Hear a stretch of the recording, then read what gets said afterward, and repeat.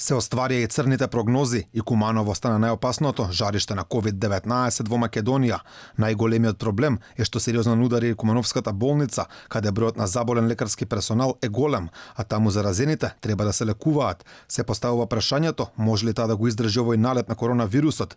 Бројките се загрижувачки. Во последното деноноќие во Куманово има 44 ново заразени, а меѓу нив и градскиот татко Максим Димитриевски.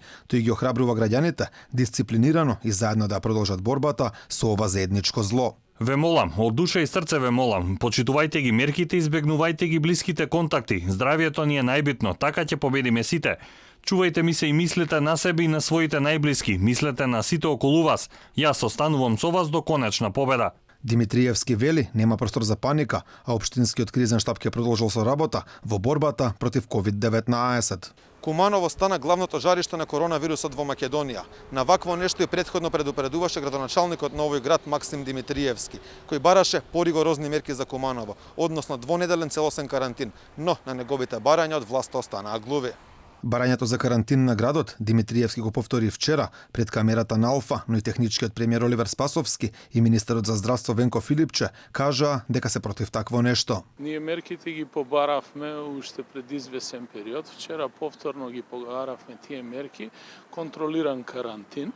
Тоа подразбира секој да може да оди, да доаѓа на работа, граѓаните да добијат најмалку од секое семејство барем по 2 часа дневно да можат да ги намират најнеопходните потреби. Дека може би е потребен карантин на Куманово, согласен е председателот на државата Стево Пендаровски.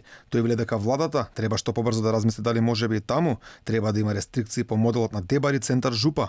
Последниве неколку дена Куманово е градот кој има најмногу заразени од коронавирусот на дневно ниво. Со денешните 44 случаи, сега таму има 306, додека пак Скопје има 367, но со оглед на бројот на население, состојбата во Куманово е многу позагрижувачка.